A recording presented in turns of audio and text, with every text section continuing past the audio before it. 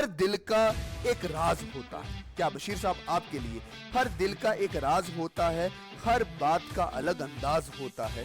जब तक न मिले बेवफाई की ठोकर, हर किसी को अपनी पसंद पर नाज होता है। समझदार समझ गया, आजकल 8th में ही पसंद करता है।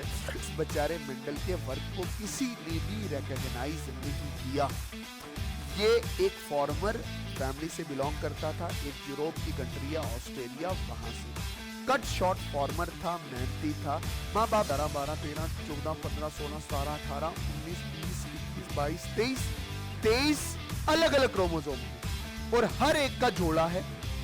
तो 2 इधर 23 ये और 23 इसके जोड़े, तो कुल मिला के 46 क्रोमोसोम ह्यूमन। उर्फी जावेद की आगे, क्या जो मेरी गर्लफ्रेंड है, उसकी आगे आंख जो कैसी है, ग्रीन कलर की है। तो ये ग्रीन कलर की कैसे है, मैं जब स्टडी करता हूं तो मुझे ये पता चलता है कि इसके जो आंख का आइरस है वो ग्रीन कलर का है। तो आइरस के कुछ सेल होते होंगे, तो ये मैंने, ये हमारा सल्लू भाई मेल है ना, तो ये टॉल है। तो ये कौन सा केस हुआ, होमोजाइगस का, ठीक है। ये मैं बोल रहा हूँ कैट बाबी, ठीक है। तो कैट बाबी छोटी है, पिद्दी है, 2 शंटी, रुखसाना और फरजाना, ये 4 बच्चे हुए हैं। ये 4 के 4 बच्चे टॉल होंगे क्योंकि हेटेरोजाइगस कंडीशन है और बड़ा टी डोमिनेट कर रहा है छोटे टी को। बात समझ आई कि नहीं? पे 4 बच्चे कंसीव कर सकती है कैट बाबी हमारी। ये 4 प्रोबेबिलिटी मतलब या तो ये स्पर्म फ्यूज हुआ होगा या इसे। हाय एवरीवन, अस्सलाम वालेकुम वरहमतुल्लाहि वबरकातुहू। नमस्ते, सत श्री अकाल, के हाल है? रुखसाना, फरजाना, बशीर, नजीर, मुदस्सिर, मुबशिर, निखिल, रोहन, करण, पीयूष, सब बढ़िया? हाँ बढ़िया सर। जैसे कि सर आपने वादा किया कि मंडे से आपको रेगुलर लेक्चर मिलेंगे, तो उसी वादे के मुताबिक मैं आपके लिए रेगुलर लेक्चर बना रहा हूं। मैंने आपसे वादा किया कि हर रोज का लेक्चर आएगा, तो आपका भी मेरे से वादा होना चाहिए कि आपने रोज का एक चैप्टर कंप्लीट करना है अपने लेवल पे। और मां की कसम, तुझे अभी पढ़ना स्टार्ट कर लेना चाहिए, क्योंकि बाद में चल के तेरे पे बर्डन पड़ेगा। तू इधर डोलेगा, कभी सॉल्ट पेपर की तरफ, कभी गाइड की तरफ, कभी प्रीवियस ईयर क्वेश्चन की तरफ। तो अभी से अगर तू समझदार बन जाएगा और रोज का एक चैप्टर कंप्लीट करेगा, तो मां कसम तुझे आगे जाके कोई भी दिक्कत आने वाली नहीं है। सर आप इतना क्यों बोलते हो कि पढ़ लो, अभी पढ़ लो, अभी पढ़ना क्यों इंपॉर्टेंट है? क्योंकि जितना जल्दी स्टार्ट करेगा उतनी जल्दी तेरा सिलेबस कंप्लीट होगा और तेरे सर से ये बर्डन खत्म होगा। इसलिए मैं बड़ा प्रेशराइज कर रहा हूं आप सबको कि बेटा जाग जाओ, अभी भी टाइम है, अभी भी 30 दिन है। सर ये आप शुरू की बातें करते हो, बट आजकल आप पहले शेर नहीं सुनाते, तो शेर भी सुना दूंगा। ए देखो जी, हर दिल का एक राज होता है। क्या बशीर साहब आपके लिए हर दिल का एक राज होता है, हर बात का अलग अंदाज होता है। जब तक ना मिले बेवफाई की ठोकर, हर किसी को अपनी पसंद पर नाज होता है। समझदार समझ गया, आजकल 8th में ही पसंद करता है, तो 8.5वीं में मतलब 8 के मिड में जाके आपकी पसंद नापसंद हो जाती है। ठीक है सर, ओके सर। सर आप ये फालतू की बातें बंद करें और चैप्टर पे आएं। तो चैप्टर का, हमारा जो चैप्टर है आज का, वो बॉटनी का जेनेटिक्स और हेरिडिटी रहने वाला है। पहली बात, सर क्या जोलॉजी का जेनेटिक्स अलग है? हाँ जोलॉजी का जेनेटिक्स अलग है, बट बॉटनी का जो बेसिक है वो जोलॉजी वाले जेनेटिक्स में आएगा। इसलिए मैं पहले बॉटनी की जेनेटिक्स आपको अच्छे से कंप्लीट करवा रहा हूं, तो पूरा ध्यान इधर रखना। कम टाइम में ज्यादा बेसिक के साथ बिल्कुल छोटा होगे, चीजों को छोटा तोड़ के आपके सामने लाया है। और यकीन मानिए कि अगर आज आपने ये लेक्चर अच्छे से गौर से सुना तो आपको जेनेटिक्स में कभी भी दिक्कत आने वाली नहीं है। बहुत सारे बच्चों को यही दिक्कत आती है कि सर जेनेटिक्स ही नहीं समझ आ रही है। तो बिल्कुल बेसिक लेक्चर आपके लिए लाया है। पेपर यहीं से बनेगा, पूरा क्वेश्चन पेपर यहीं से बनेगा, पूरा एंड तक देखना, अच्छे से देखना। और जब कॉपी बना लिए जाए, नोट्स बना लिए, उनको उनको पक्का बार रिवाइज करना। तो जेनेटिक्स का बॉटनी का जेनेटिक्स में अभी कंप्लीट करने जा रहा हूं। प्लीज प्लीज ध्यान से समझना। देख, कुछ चीजें बेसिक हैं, वो बेसिक पॉइंट में पहले समझा देता हूं। जैसे जेनेटिक्स का मतलब क्या है, what do you mean by genetics? Word genetics का मतलब होता है study of genes, branch of bio which deals with the study of genes. Sir ये जीन्स क्या होता है? जीन कुछ नहीं होता है, सेगमेंट ऑफ डीएनए होता है। मतलब जो आपका सेल है, सेल के न्यूक्लियस में जो डीएनए है उसके एक टुकड़े को क्या बोलते हैं? जीन बोलते हैं। आगे चल के मैं अच्छे से समझाऊंगा। What is heredity? हेरेडिटी क्या है? हेरेडिटी है द ब्रांच ऑफ बॉटनी या बायो ही मान लो which deals with the study of character या which deals with the study of how character transfer from parent to offspring. बात समझ आई कि किस तरह से करेक्टर ट्रांसफर होते हैं, किससे? पेरेंट से ऑफस्प्रिंग की तरफ, उसको बोलते हैं हेरेडिटी। हेरेडिटी का हेयर का मतलब ही क्या होता है? वरासत या विरासत, जिसको आप बोलते हो। वरासत नहीं बोलते। मुझे विरासत में क्या मिलता है? ऐसे लोग बोलते हैं कि मुझे पूरी जमीन मिलती है, मुझे माँ बाप से बड़े पैसे मिले हैं, विरासत में मुझे महल मिला है, विरासत में मुझे ताजमहल मिला है। बट बॉटनी वाला जो विरासत है या हेयर का मतलब, हेयर का मतलब ही क्या होता है? विरासत। हमें विरासत में क्या मिला है? इंसान होना मिला है। मतलब इंसान के करेक्टर हमें मिले हैं। ठीक है, जैसे मेरा बाप इंसान था तो मैं भी इंसान हूं। तो वो करेक्टर जो इंसानों वाले हैं वो किस तरह से ट्रांसफर होते हैं एक ह्यूमन से दूसरे ह्यूमन में। या कोई कुत्ता है तो उसके कैसे करेक्टर ट्रांसफर होते हैं उसके बच्चे में, उसी को आप हेरेडिटी कहते हो। अच्छा, वेरिएशन का मतलब क्या हो गया? वेरिएशन का मतलब, देख, मेरे और मेरे माँ बाप के बीच में एक सिमिलरिटी है। क्या? जैसे मेरी भी दो आंखें, उनकी भी दो आंखें। ठीक है, मेरी भी किडनीज हैं, उनकी भी दो किडनीज हैं। मेरा भी नाक है, उनका भी नाक है। मेरे भी सर पे बाल हैं, उनके सर पे भी बाल है। तो ये सिमिलरिटी है। कुछ कुछ चीजें मैं अपने बाप से अलग हूं, मेरे बाप से अलग हैं। जैसे मेरी पूरा फेस मेरे पापा पे नहीं मिलता, उसको बोलते हैं वेरिएशन। इसका मतलब क्या? Means how you are different from your parents, कि आप अपने पेरेंट्स से किस तरह से डिफरेंट हो। जैसे मेरे हाथ का पैटर्न मेरे बाप पे नहीं मिलता, मेरी आंखों का पैटर्न मेरे पापा पे नहीं मिलता। तो ये मेरी वेरिएशन हुई। ये मेरी क्या हुई? वेरिएशन हुई मेरे पेरेंट्स को लेके। सिमिलरिटी भी है। सिमिलरिटी मतलब मेरे माथे का पैटर्न मेरे पापा पे मिलता है, मेरे गाल का पैटर्न मेरे पापा में मिलता है, मेरे पाँव का पैटर्न मेरी माँ पे मिलता है। तो ये सिमिलरिटी हुई। ठीक है, मेरी हाइट मेरे पापा पे नहीं मिलती, ये वेरिएशन हुआ। ठीक, मतलब जेनेटिक्स कुल मिला के स्टडी ऑफ जीन है। जीन सेगमेंट ऑफ डीएनए है, और जीन ऐसी चीज है जो करेक्टर को कंट्रोल करती है। और ये करेक्टर किस तरह से माँ बाप से बच्चों में जाते हैं उसको हेरिडिटी कहते हैं। और कुछ चीजें हैं जो हम माँ बाप से अलग हो जाती है जिसको वेरिएशन बोलते हैं। अभी तक मुझे इतनी बात ही समझ आई है। मान ले ये मेरी गर्लफ्रेंड उर्फी जावेद की, फी उर्फी जावेद की क्या है? आंख है।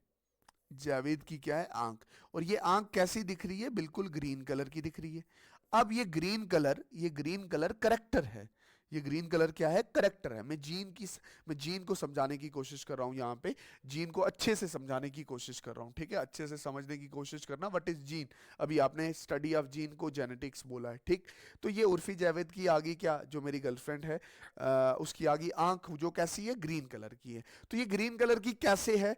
मैं जब स्टडी करता हूं तो मुझे ये पता चलता है कि इसके जो आंख का आइरस है वो ग्रीन कलर का है। तो आइरस के कुछ सेल होते होंगे, तो ये मैंने सेल को बाहर निकाला। तो सेल के सेंटर में होता है न्यूक्लियस, हम सब जानते हैं, और ये होती है न्यूक्लियर मेम्ब्रेन, और ये होता है हमारे पास न्यूक्लियस का स्ट्रक्चर। फिर ये होती है दैट इज न्यूक्लियर मेम्ब्रेन। ये क्या होती है? न्यूक्लियर मेम्ब्रेन, जो कि प्रोटेक्ट करती है ये धागे लाइक स्ट्रक्चर को, जिसको आप क्या बोलते हो? पूरे को आप क्या बोलते हो? डीएनए बोलते हो। इसको बाहर निकाला ऐसे, जब आपने जूम करके देखा तो ये डबल स्ट्रैंडेड होता है।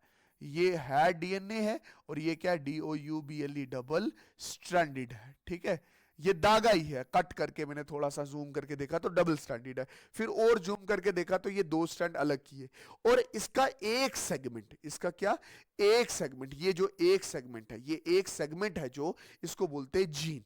अब ये जीन क्या करता है, जीन को मैंने उतार के ये रखा, जीन, जीन बनाता है, जीन कंट्रोल करता है, ये जो जीन है ये कंट्रोल करता है किसी एक कैरेक्टर को। अभी कैरेक्टर क्या, दैट इज आई कलर। इस ये जो जीन है ये बनाता है एमआरएनए, एमआरएनए, एम फॉर कोई महिंद्रा नहीं है, एम फॉर मैसेंजर आरएनए। ये क्या बनाता है, मैसेंजर आरएनए बनाता है, और ये मैसेंजर आरएनए जाता है राइबोसोम के पास, जहां पे इस मैसेंजर आरएनए के अकॉर्डिंग जो ये मैसेज भेजा है इस जीन ने, उसके अकॉर्डिंग ये बनाता है प्रोटीन, और ये प्रोटीन होती है कौन से कलर की, ये प्रोटीन होती है ग्रीनवा कलर की, और इसकी वजह से वो सेल कैसे दिखते हैं, ग्रीन कलर के, और उर्फी जावेद की आंख कैसी दिखती है, ग्रीन कलर की। तो मतलब ये जीन, इसकी स्टडी को क्या बोलते हैं, जेनेटिक्स, इसकी स्टडी को क्या बोलते हैं, जेनेटिक्स, और ये इस तरह से क्या करता है, करेक्टर को क्या करता है, करेक्टर को कंट्रोल करता है। जीन क्या बनाएगा, एमआरएनए, मैसेज बनाएगा, किसको देगा, राइबोसोम को, और राइबोसोम कहां पे होता है, राइबोसोम होता है साइटोप्लाज्म में, ये राइबोसोम है, ठीक है, साइटोप्लाज्म में, और ये बनाता है, ribosome is a protein factory, और ये बनाता है प्रोटीन, और यहां पे जो प्रोटीन बनेगी वो कौन से कलर की बनेगी, दैट इज ग्रीन कलर की बनेगी, और उर्फी जावेद की आंख कैसे दिखेगी, दैट इज ग्रीन कलर। अब मेरी बात ध्यान से समझो, क्या जीन ने उर्फी जावेद के आंख के कलर को डिसाइड किया, हाँ, तो जीन क्या आंख का कलर डिसाइड कर सकता है, हाँ, क्या जीन करेक्टर डिसाइड कर रहा है, हाँ। कल को मेरा स्किन है, ये स्किन है, मेरी स्किन है व्हाइट कलर की, ये देखिए व्हाइट कलर की स्किन है, तो मतलब इसके जो सेल्स हैं उसका न्यूक्लियस जो है उसका कोई डीएनए है, उस डीएनए पे कोई जीन है, वो जीन कोड करता है, बनाता है एमआरएनए, मैसेंजर आरएनए, राइबोसोम के पास जाता होगा, राइबोसोम कोई प्रोटीन बनाता होगा, और स्किन के केस में बनती है मेलानिन प्रोटीन। मेरे केस में ये मेलानिन क्या बनता है, कम बनता है, थोड़ा बनता है, तो चिट्टी स्किन, और इस बाजू के केस में ये मेलानिन कैसा बनता है, दैट इज ज्यादा सॉरी, तो ये मेलानिन क्या बनता है, ज्यादा बनता है। तो क्या जीन्स कहीं ना कहीं हमारे कैरेक्टर कंट्रोल कर रही है, यस, यही स्टडी ऑफ जीन्स, और ये कैरेक्टर किस तरह से जीन कंट्रोल कर रहा है, इसी को जेनेटिक्स बोलते हैं। ओके जी, sir what do you mean by character, आप बार बार करेक्टर का नाम ले रहे हो, करेक्टर का मतलब क्या होता है, जो करेक्टर होता है वो कोई स्पेशल फीचर होता है किसी भी ऑर्गेनिज्म का, जैसे कि क्या स्पेशल फीचर हो गया, जैसे कि मेरी हाइट होगी, ये जो हाइट है मेरी वही क्या है, that is a special feature. मेरे स्किन कलर हो गया, मेरा स्किन कलर क्या है, दैट इज अ करेक्टर। मेरे आंख का कलर क्या है, करेक्टर। फ्लावर का कलर क्या हो सकता है किसी प्लांट का, वो क्या हो सकता है, करेक्टर, ठीक है। मतलब मेरा हाइट एक करेक्टर है, मेरे स्किन का कलर एक करेक्टर है, मेरा ब्लड ग्रुप एक करेक्टर है, मेरा ब्लड ग्रुप भी एक क्या है, ब्लड ग्रुप भी क्या है, मेरा एक करेक्टर है, ठीक। और इस करेक्टर की बहुत सारी फॉर्म्स होती हैं, जैसे हाइट की फॉर्म होती है क्या, that is tall and dwarf. तो टॉल एंड डवार्फ क्या हो गया, ट्रेड्स हो गए। What is trade, the alternate form of a character, character की जो अल्टरनेट फॉर्म होगा उसको आप ट्रेड बोलेंगे। जैसे हाइट एक करेक्टर है, इसकी दो फॉर्म्स कौन सी होगी, एक हो गया टाल और दूसरा क्या हो गया, ड्वार्फ। आई कलर एक करेक्टर है और इसकी तीन फॉर्म्स कौन सी होगी, ब्लू, ग्रीन एंड ब्राउन, या ब्लैक भी बोल सकते। जैसे ब्लड ग्रुप एक करेक्टर है, बट इसकी ट्रेड्स क्या हो सकती हैं, blood group A B and O. एक मैडम बोल रही थी कि ब्लड ग्रुप सी भी होता है, ठीक है। तो ये तीन, मतलब ये मैंने करेक्टर और ट्रेड्स के बीच में आपको डिफरेंस बताया। देख, हाइट एक करेक्टर है, टॉल एंड ड्वार्फ उसकी दो ट्रेड्स होगी, उसकी टाइप्स होगी। स्किन कलर एक ट्रेड है ना, स्किन कलर एक करेक्टर है, उसकी ट्रेड्स क्या हो जाएंगी, फेयर खूबसूरत, ब्लैक निग्रो वो उसकी ट्रेड आ गई। मलैटो जैसे कन का रंग होता है, जैसे इंडियंस मेनली मलैटो होते हैं, ठीक है, तो वो उसकी क्या होगी, ट्रेड होगी। होप आपको ये चीज समझ आई होगी। अच्छा, मेंडेलियन इनहेरिटेंस से पहले मतलब ये जो सारी चीजें मैं आपको बता रहा हूं ना, इसको बताने वाला एक साइंटिस्ट था मेंडल। आगे जाके हम पढ़ेंगे, बट उससे पहले ना हम कुछ चीजें सीख लेते हैं। जैसे जीन के बारे में मैंने अभी अभी बताया। जीन क्या है?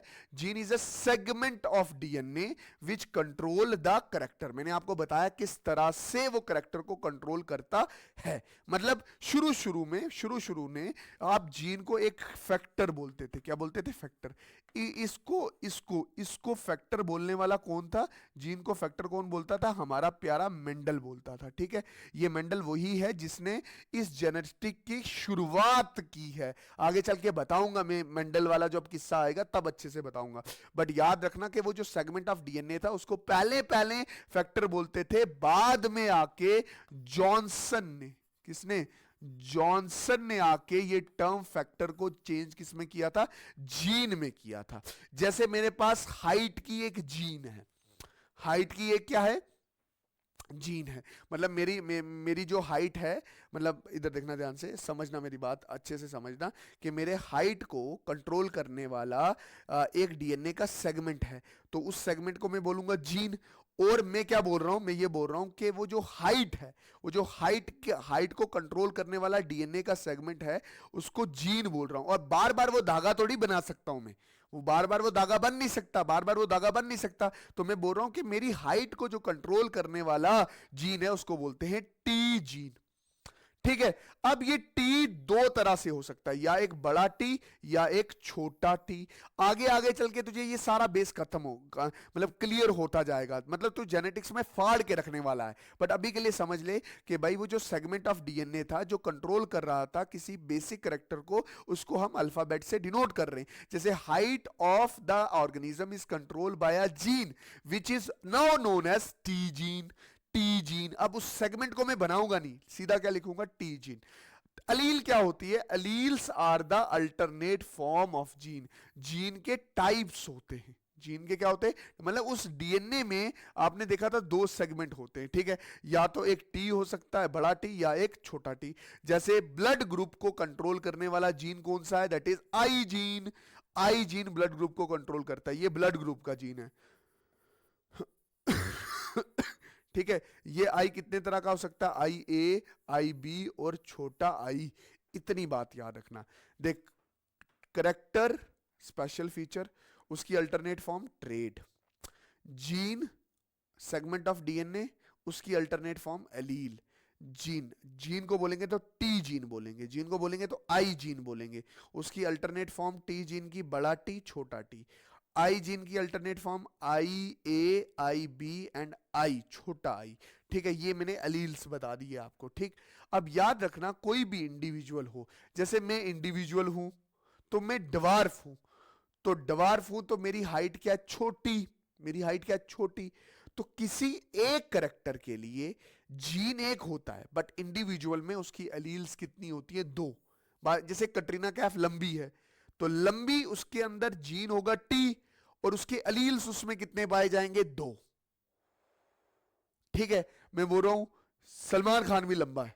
ठीक है, अब जब लंबा है तो वो इंडिविजुअल है, इंडिविजुअल है ना। और इंडिविजुअल में हमेशा एक जीन के दो एलील्स होंगे, एक जीन के दो एलील्स होंगे। ये मैं पहले ही रटा रहा हूं, इंडिविजुअल में एक जीन के दो एलील्स होते हैं। अब मुझे भी पता है कि इंसान में बहुत सारे करेक्टर हैं, तो बहुत सारे जीन हो रहे होंगे। बट मैं बेसिक आके आपको सिर्फ एक जीन की ही बात कर रहा हूं, ताकि आप एक जीन को समझो, बाकी के जीन आपको खुद ब खुद समझ आ जाएं। ठीक, कभी कभी ऐसा होता है कि इंडिविजुअल में एक जीन के दो एलील्स होंगे।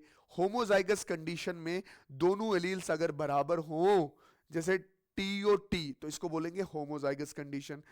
छोटा टी और छोटा टी, छोटा टी और छोटा टी दोनों सेम ही है, इंडिविजुअल में दो ही एलील होंगे। मतलब ऐसा हो कि एक जीन के अगर सेम टाइप ऑफ अलील हों किसी इंडिविजुअल में, उस कंडीशन को होमोजाइगस कंडीशन बोलते हैं। बात समझ आई कि नहीं आई? मैं बोल रहा हूं कैटरीना कैफ टाल है, टाल टी जीन है, और दोनों उसमें जो अलील से दोनों टी वो बड़ी बड़ी टी हैं, दोनों सेम है, तो होमोजाइगस कंडीशन।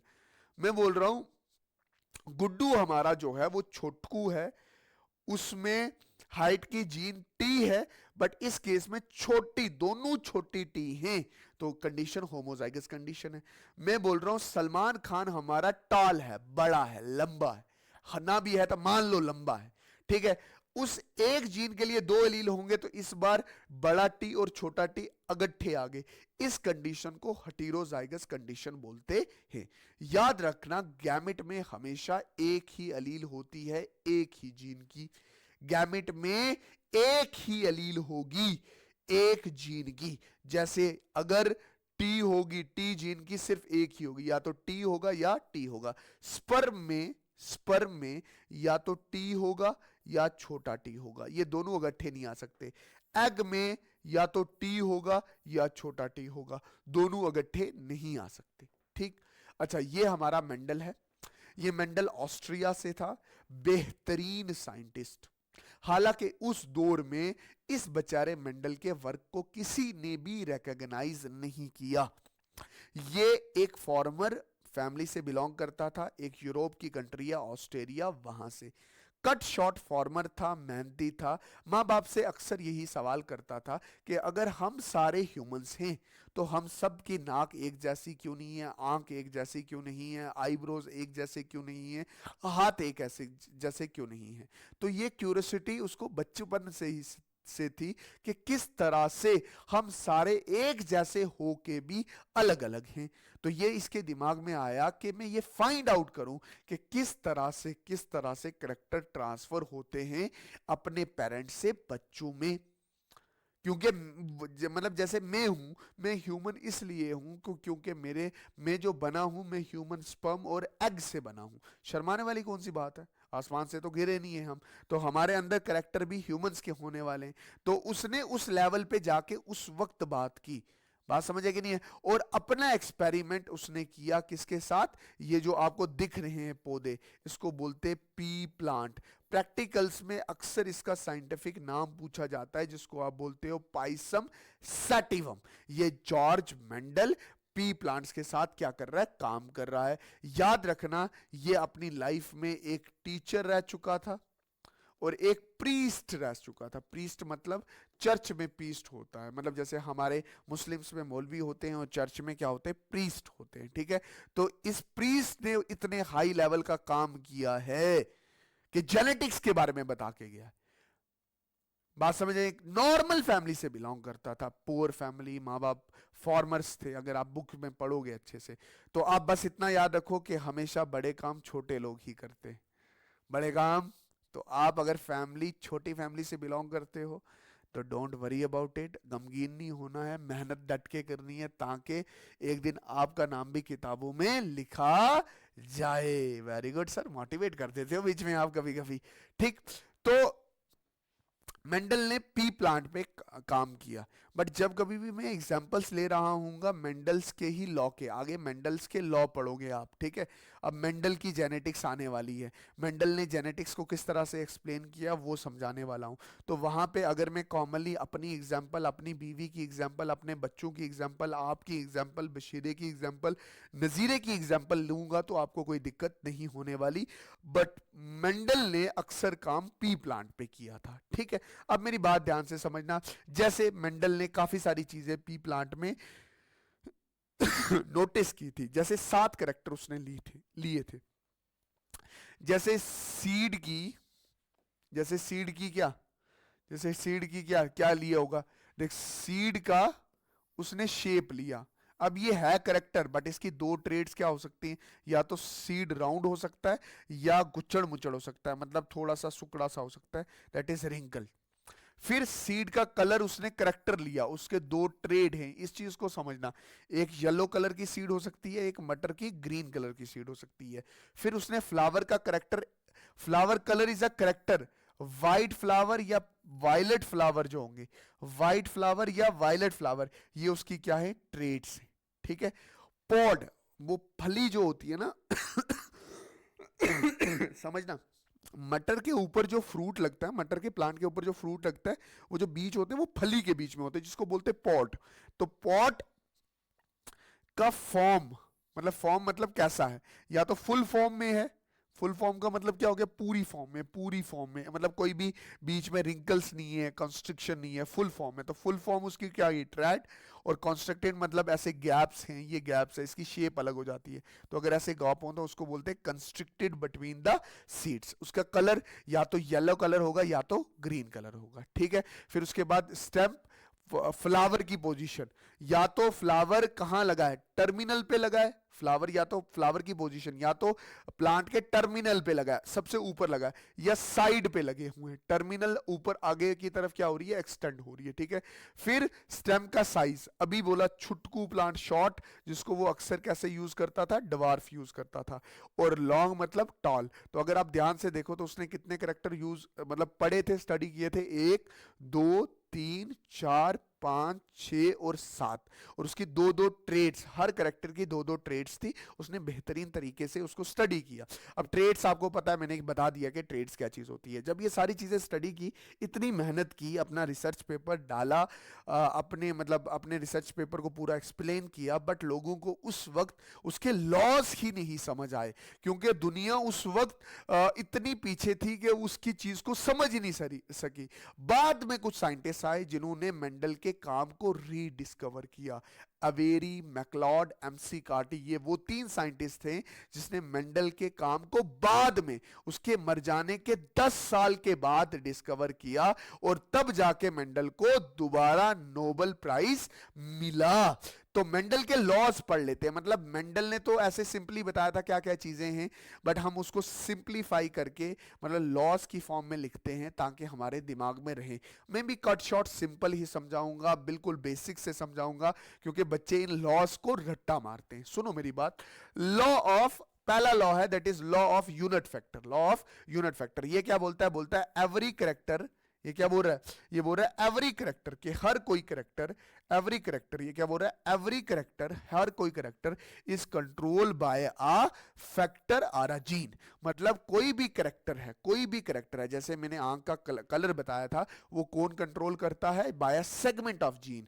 वही जीन डीएनए है, एमआरएनए बनाएगा, एमआरएनए राइबोसोम के पास जाएगा और प्रोटीन बनेगा, तभी जाके उसका करेक्टर शो होगा। ठीक, जैसे हाइट एक करेक्टर है, हाइट एक करेक्टर है, हाइट एक करेक्टर है, हाइट एक करेक्टर है, और इस करेक्टर को कंट्रोल करने वाला टी जीन है। मतलब ये हमारा डीएनए आ गया, ये न्यूक्लियस आ गया, और ये यहां पे मैंने डीएनए खोल दिया, यहां पे बीच में अगर आप इस सेगमेंट को तोड़ो तो ये ऐसे 2 सेगमेंट्स होंगे ऐसे, और इसको मैं साफ साफ बोलूं तो ये मैं बोल रहा हूं टी जीन है।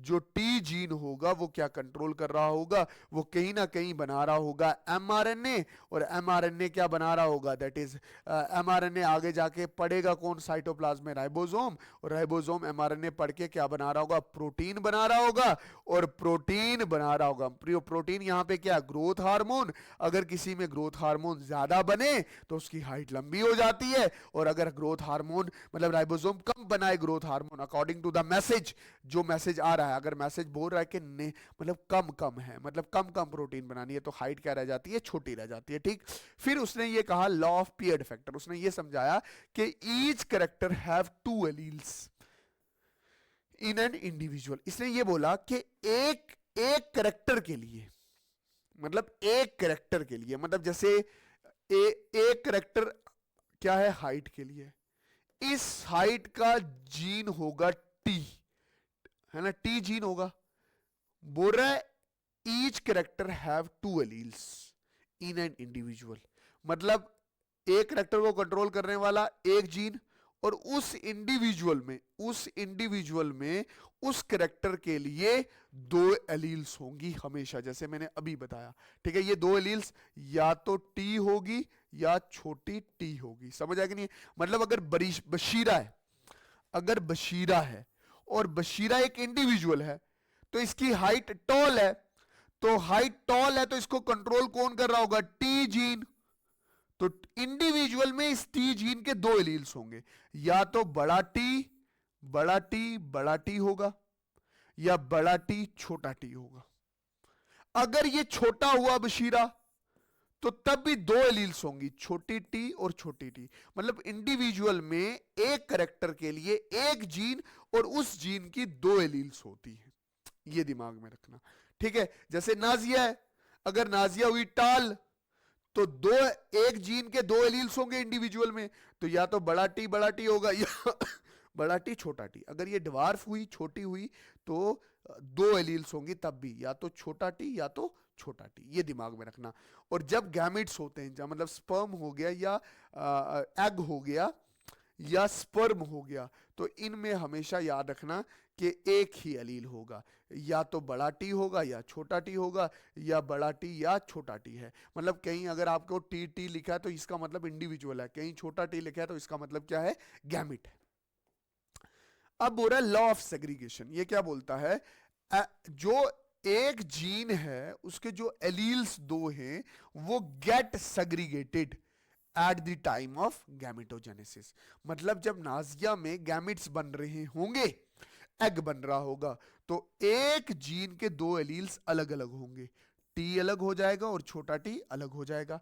फैजान में जब स्पर्मेटोजेनेसिस चल रही होगी तो दोनों एलील्स, ये दोनों एलील्स क्या हो जाएंगे, अलग अलग हो जाएंगे, टी अलग हो जाएगा बड़ा टी, और बड़ा टी क्या हो जाएगा, अलग अलग हो जाएगा। बात समझ है कि नहीं है? मतलब अगर कहीं लिखा हुआ टी टी तो इंडिविजुअल है, छोटी लिखा है तो गैमिट है, छोटा टी लिखा है तब भी गैमिट है, छोटा टी इकट्ठा रखा तो ये क्या है, दैट इज इंडिविजुअल है। ठीक है, तो ये तीन लॉ हुए, एक करेक्टर को एक gene, law of unit factor, एक करेक्टर के इंडिविजुअल में दो एलील्स होते हैं, पेयर्ड फैक्टर, वो दोनों एलील्स अलग अलग हो जाते हैं, this is known as law of segregation. इसके बाद है law of dominance. Law of dominance, law of dominance क्या बोलता है, बोलता है in the case of the heterozygous condition, hetero मतलब अगर कहीं हेटेरोजाइगस कंडीशन है, मतलब टी और टी, पहली बात तो ये इंडिविजुअल है, या तो बशीर साहब होंगे या तो नाजिया जी होंगे। ये क्या है, in the case of heterozygous condition one allele, एक allele is dominant over the other recessive allele. मतलब कि क्या होगा, एक एलील दूसरे पे डोमिनेंट होगी।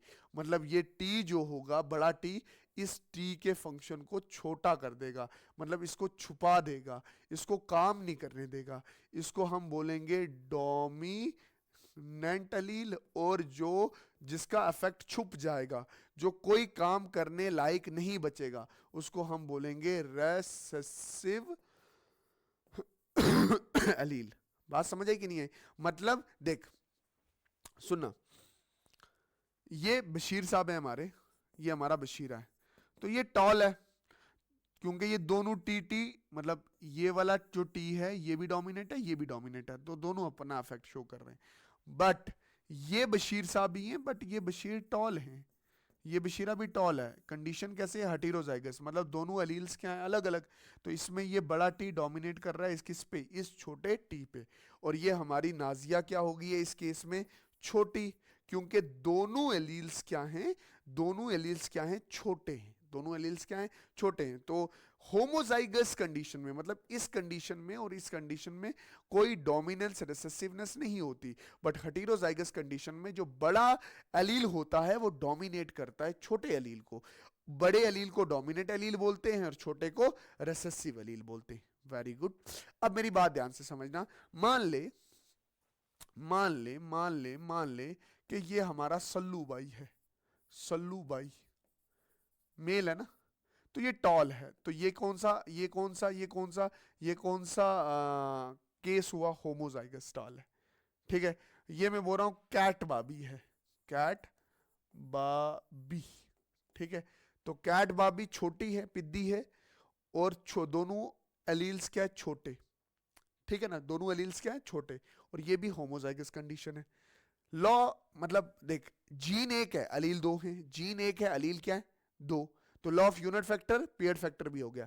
यहां पे हुई सेग्रीगेशन गैमेटोजेनेसिस के दौरान, देख ये एलील भी अलग हो गया और ये एलील भी क्या हो गया, एलील अलग, ये टी भी अलग हो गया, ये टी भी क्या हो गया, अलग। अब होगी फर्टिलाइजेशन, फर्टिलाइजेशन वही हनीमून पे गए, ठीक है, आपको आगे पता है हनीमून पे क्या होता है, ठीक है, गैमेट्स मिलते हैं, तो इसके स्पर्म, जैसे ये टी और उसका एग आके मिला, तो ये बड़ा टी ये छोटा टी, ऐसे ही बड़ा टी और छोटा टी, ऐसे ही बड़ा टी और छोटा टी, ऐसे ही बड़ा टी और छोटा टी। ठीक है, ये जो जितने भी बच्चे हुए हैं, मतलब ये 4 बच्चे हुए हैं,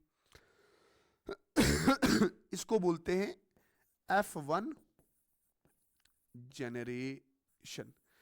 कमेंट सेक्शन में आप सब बताओगे कि F1 की फुल फॉर्म क्या, और क्रॉस को बोलेंगे F1 क्रॉस। बात समझ आई कि नहीं आई? मतलब यहां पे बच्चे कितने हुए? 4, और 4 के 4 मान ले बिट्टू, शंटी, रुखसाना और फरजाना, ये 4 बच्चे हुए हैं। ये 4 के 4 बच्चे टॉल होंगे क्योंकि हेटेरोजाइगस कंडीशन है और बड़ा टी डोमिनेट कर रहा है छोटे टी को। बात समझ आई कि नहीं आई? अब दिमाग में सोचो, क्या कैट बाबी ह्यूमन है? क्या एक वक्त पे 4 बच्चे कंसीव कर सकती है कैट बाबी हमारी?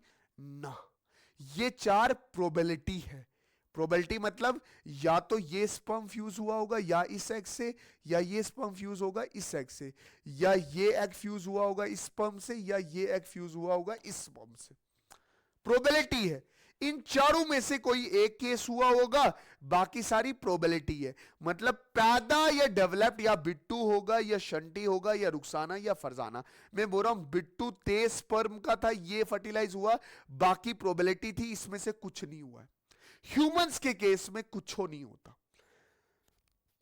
बाकी ऑर्गेनिज्म में ऐसा हो सकता है कि 4 के 4 स्पर्म, 4 के 4 मतलब 2 के 2 स्पर्म, 4 के मतलब 2 के 2 स्पर्म, 2 के 2 एग के साथ फर्टिलाइज कर जाए।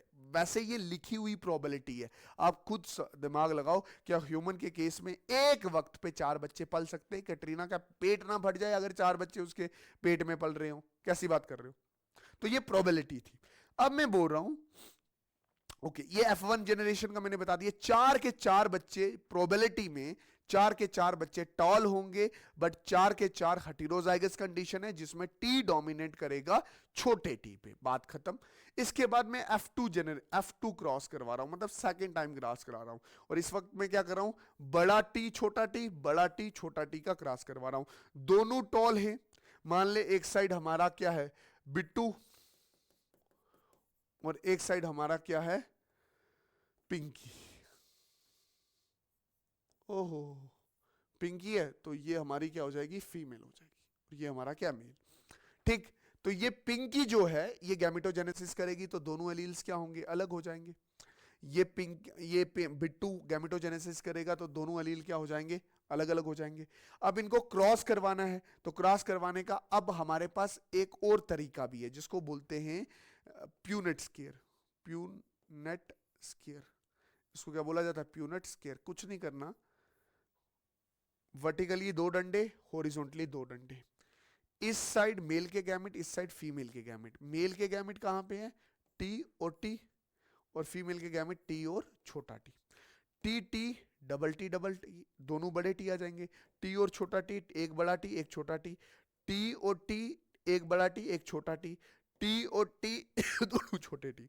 अब मुझे देखो, तो क्या आप ये देखो तो ये बाहर से देखने पे टॉल है, ये भी बाहर से देखने पे टॉल है, ये भी बाहर से देखने पे टॉल है। बाहर से देखने पे 3 टॉल हैं और एक डवार्फ है। ऐसा ही है ना? आप खुद सोचो, खुद समझना मैं क्या बोल रहा हूं। बाहर से देखने पे, बाहर से देखने पे एक टॉल है, फिर 2 टॉल है, मतलब 3 टॉल हैं और एक डवार्फ है। ये समझना, बाहर से देखने पे। हालांकि ये होमोजाइगस टॉल है और ये हेटेरोजाइगस टॉल है। ठीक, बाहर से देख रहे हो तो ऐसी रेशो को बोलते हो फिनोटाइपिक रेशो। बाहर से देख रहे हो तो इस रेशो को क्या बोलते हैं? Phenotypic ratio. अगर डीप जाके देखोगे, डीप जाके देखोगे तो ये होमोजाइगस टॉल है और ये हेटेरोजाइगस टॉल है। तो डीप जाके देखोगे तो होमोजाइगस, तो एक होमोजाइगस टॉल, 2 हेटेरोजाइगस टॉल। और जीन्स को आप देख रहे हो, एलील्स को देख के बात कर रहे हो, तो इसको बोलते हैं जीनोटिपिक रेशो। जीनोटिपिक रेशो क्या? 1:2:1। टोटल 4 बच्चे जिनमें एक होमोजाइगस टॉल, हेटेरोजाइगस टॉल 2 और एक होमोजाइगस डवार्फ। ठीक है, आपको जीनोटिपिक और फिनोटिपिक में पता चला होगा रेशो। फिनोटाइप मतलब सामने देखने से कैसा लगता है, जीनोटिपिक मतलब उसके एलील्स को देख के बताना है कि वो कैसा लगता है। देखो, एक टर्म आती है जिसको बोलते हो टेस्ट क्रॉस। क्या बोलते हो उसको?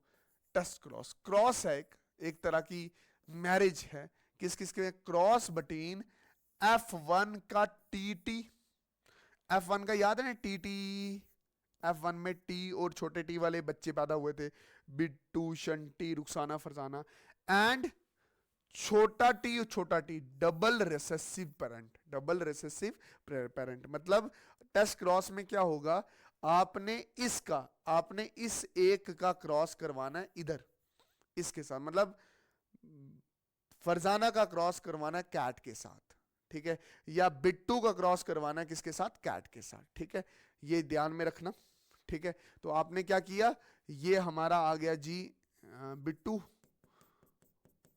F1 जनरेशन का टी ओ टी, गैमेट बने टी छोटा टी, बड़ा टी छोटा टी। और कैट साहब के पास तो आपको पता ही है क्या होगा, छोटा टी और छोटा टी। इसका प्यूनिट स्केयर बनाता है, मेल के आपने इधर रख लिए और फीमेल के ऐसे रख लिए, टी ओ टी, बड़ा टी छोटा टी, ये क्या बनेगा? टॉल। टी ओ टी बड़ा टी और छोटा टी, ये क्या बनेगा? Tall. T O T dwarf, T O T dwarf. दो टॉल बने और दो डवार्फ बने, रेशो क्या होगी हमेशा टेस्ट क्रॉस की? 1:1, ये याद रख लेना। दो टाल दो डवार्फ, दो हटीरोजाइगस टाल, दो हटीरोजाइगस टाल, ये हेट्रोजाइगस टाल है, दो हटीरोजाइगस टाल और दो होमोजाइगस टॉल, दो होमोजाइगस टॉल होंगे। ओके जी, done. Law of independent assortment समझना ध्यान से। लॉ ऑफ इंडिपेंडेंट असॉर्टमेंट क्या कहता है? ये बोलता है किसी भी दो कैरेक्टर का कोई लेना देना नहीं होता। किसी भी दो, क्या बोल रहा हूं ध्यान से समझ, क्या बोल रहा हूं? किसी भी दो कैरेक्टर का कोई लेना देना नहीं होता, मतलब हम बोलते हैं कि वो टॉल भी है और सुंदर भी है, इस चीज का कोई लेना देना नहीं है। वो टॉल है बदसूरत भी हो सकता है, वो टॉल है वो सुंदर भी हो सकता है, बात समझ आई? वो छोटा है इंटेलिजेंट है, मतलब दो करेक्टर का कोई लेना देना नहीं है। दो करेक्टर का कोई लेना देना नहीं है तो उन जीन्स का भी कोई लेना देना नहीं होता। लॉ ऑफ इंडिपेंडेंट, इंडिपेंडेंट मतलब किसी पे डिपेंड नहीं करता। असॉर्टमेंट का मतलब होता है अरेंजमेंट, मतलब एक जीन की अरेंजमेंट किसी भी दूसरे जीन के अरेंजमेंट पे डिपेंड नहीं करती। मतलब ऐसा नहीं होता कि अगर किसी का बच्चा टॉल हो रहा है तो वो खूबसूरत हो, ऐसा भी हो सकता है कि दूसरा बच्चा टाल हो और साथ में बदसूरत हो, मतलब टालनेस और खूबसूरती दोनों साथ साथ नहीं चल सकती। डिवार्फनेट एंड इंटेलिजेंसी दोनों साथ साथ नहीं चल सकती। मेरी बॉडी का एक करेक्टर कभी भी दूसरे के करेक्टर पे डिपेंड नहीं करता। मेरी बॉडी का एक जीन कभी भी किसी दूसरे जीन के बिहेवियर पे डिपेंड नहीं करता। ये क्या है? Every gene is independent of other gene, her gene दूसरे जीन से क्या है? इंडिपेंडेंट।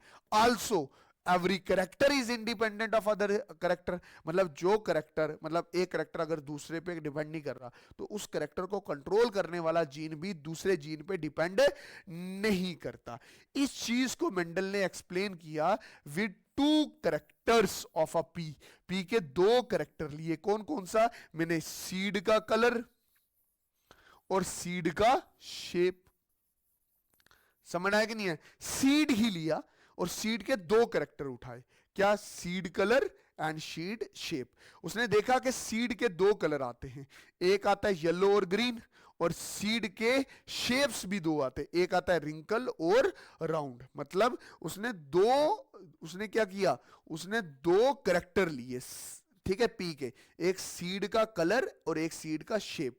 सीड का कलर दो तरह का, येलो और ग्रीन, ये दो उसकी ट्रेड्स आ गई सीड कलर की, और सीड का शेप रिंकल एंड राउंड, ये दो ट्रेड्स किसकी आ गई? दैट इज सीड के शेप की। ठीक, अब देख अब हुआ क्या, तो उसने पी प्लांट एक मेल लिया होगा एक फीमेल लिया होगा, तभी शादी पॉसिबल है। मतलब बशीरा अशरफ के साथ थोड़ी शादी करेगा, बशीरा नाजिया के साथ शादी करेगा, या नाजिया पिंकी के साथ थोड़ी शादी करेगी। पिंकी के लिए कोई बिट्टू या शंटी होना चाहिए। वैसे यहां पे जब क्रॉस कर रहे हो तो एक मेल प्लांट एक फीमेल प्लांट। अब जब इसके जो सीड्स थे ना वो राउंड थे और कलर कैसा था, येलो। राउंड थे, कलर कैसा था, येलो। दो करैक्टर को एक साथ एक्सप्लेन कर रहा हूं। ठीक है, इसके जो सीड थे वो क्या थे, रिंकल, और साथ में क्या थी, ग्रीन। बात समझ आई कि नहीं, रिंकल एंड ग्रीन। अगर आप दो करैक्टर को एक साथ स्टडी करो इन अ क्लास, इसको बोलते हैं dihybrid cross. Dihybrid cross क्या हो गया, the cross in which you study two characters, कि आप दो करेक्टर स्टडी कर रहे हो एट अ सेम टाइम, एक ही वक्त में। जैसे अभी क्या, seed shape and seed colour. एक जो मेल लिया, राउंड शेप और yellow colour, wrinkled shape and green colour. अब इसके गैमेट्स कैसे बनेंगे, जैसे एक जीन के दो एलील्स होते थे इंडिविजुअल में, है ना, एक करेक्टर का एक जीन, तो दो करेक्टर के दो जीन, राउंड एंड येलो, दो जीन, और उस जीन के दो एलील। बात समझ है कि नहीं है, मतलब दो करेक्टर दो जीन, है ना, दो करेक्टर दो जीन, एक करेक्टर एक जीन दो एलील्स। ऐसा ही होता था ना, एक करेक्टर को कंट्रोल करने वाला एक जीन दो एलील्स।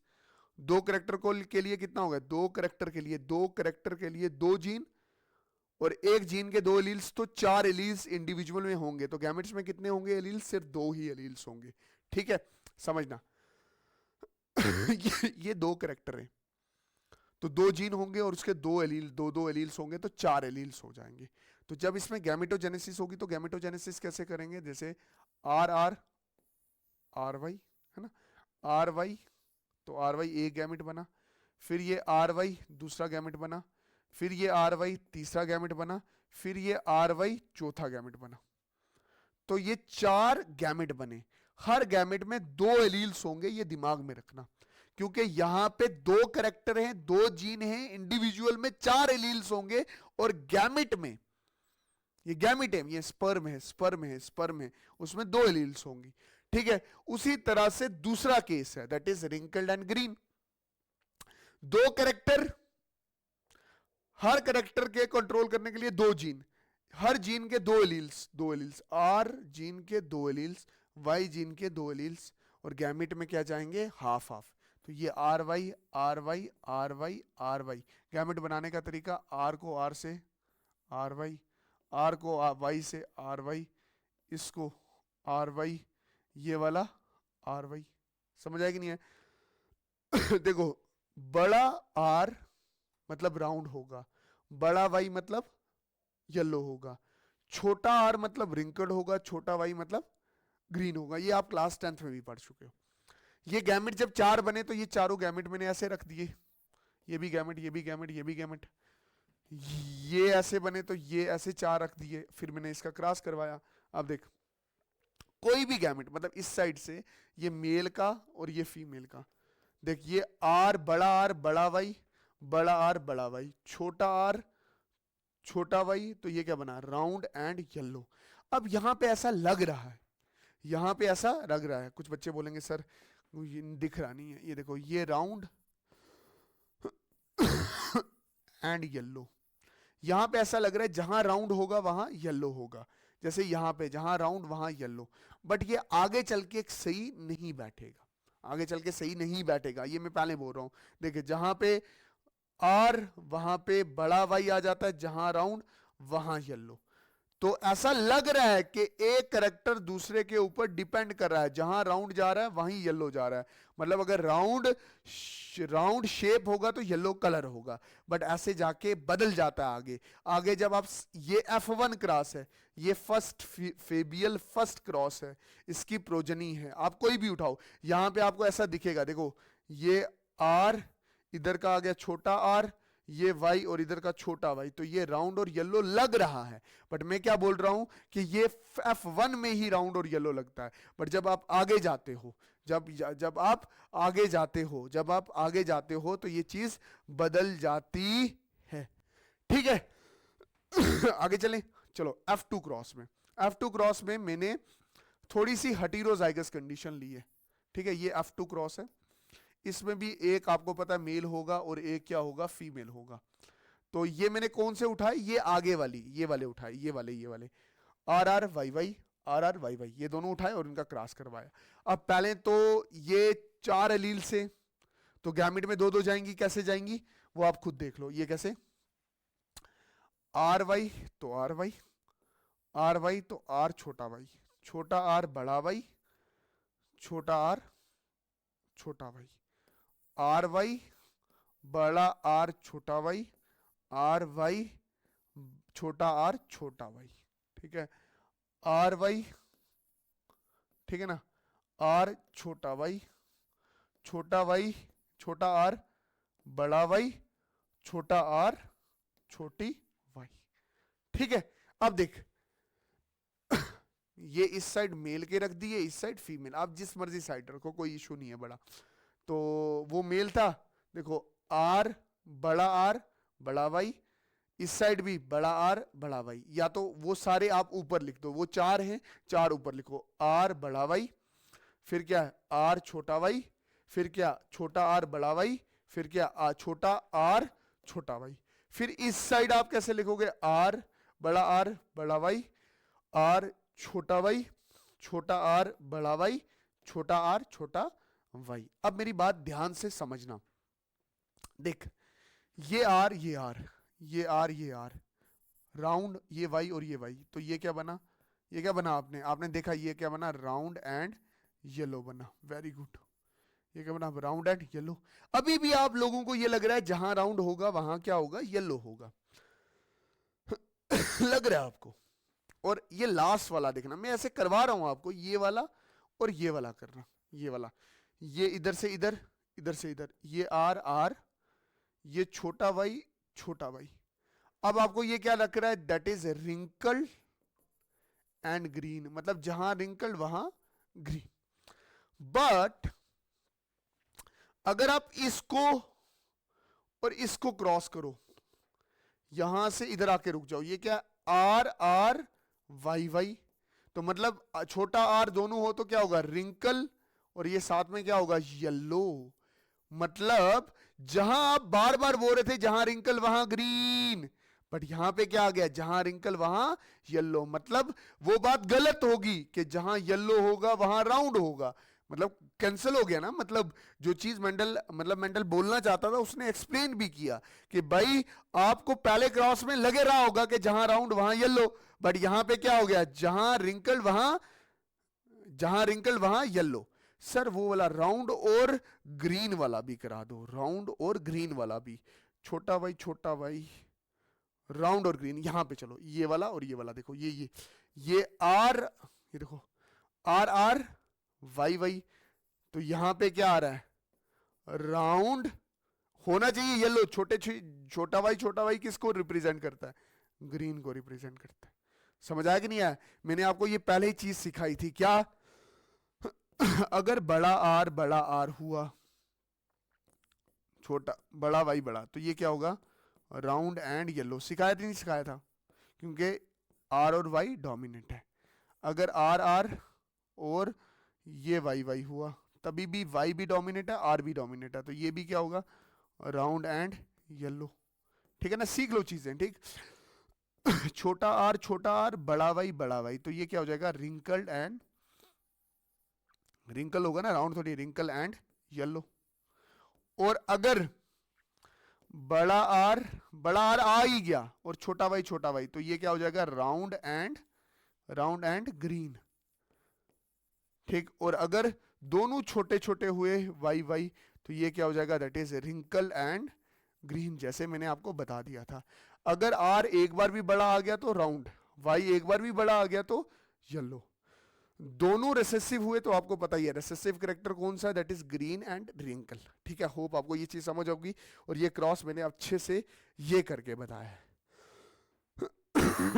ठीक, अब देख, पहले आपने क्या किया, राउंड और येलो, राउंड और येलो, फिर रिंकल्ड एंड ग्रीन को क्रॉस किया, तो आपका क्या बना, राउंड एंड येलो, आर छोटा आर वाई छोटा वाई बना, यही बना। F1 में आपको क्या लग रहा था, जहां राउंड वहां येलो, बट बट आप देखो, ध्यान से देखो, जब आपने F2 की जनरेशन बनाई आपने, मतलब ये जो F2 आपने किया है, ये जो आपने F2 किया है, F2 ये वाला जो किया है, तो आपको ऐसा लगा है कि कुछ जगह पे जहां ग्रीन है वहां उसके साथ राउंड है, वहां उसके साथ क्या है, राउंड है, और जहां रिंकल्ड है वहां उसके साथ ग्रीन ना होके येलो है। सर आप सारा हमें करके बता दो, तो करके बता देते हैं।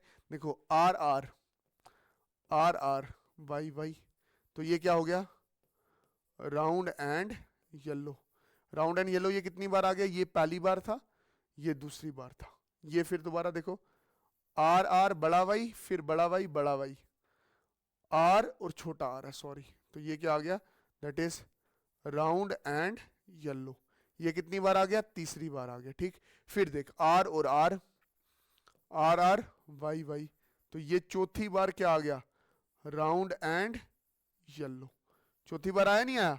ठीक, फिर आर और आर, आर और आर बड़ा वाई और बड़ा वाई, फिर आ गया क्या, पांचवी बार राउंड और येलो। ठीक है, फिर ये अलग कलर से मैं लिख देता हूं, है ना, कोई और कलर चलेगा, ब्लू नहीं लिखते यार, रेड चलेगा। देख, ये आर आर वाई वाई, तो ये क्या, जहां राउंड वहां वाई वाई, मतलब वाई छोटा वाई, छोटा वाई का मतलब क्या हो गया, ग्रीन। तो ये पहली बार एक अलग वेरिएंट देखने को मिला है। मैंने आपको बोला था जहां राउंड होगा वहां येलो होगा, बट यहां पे राउंड और ग्रीन आ गया। ठीक, फिर उसके बाद देखो जरा, और करो जरा, आर और आर,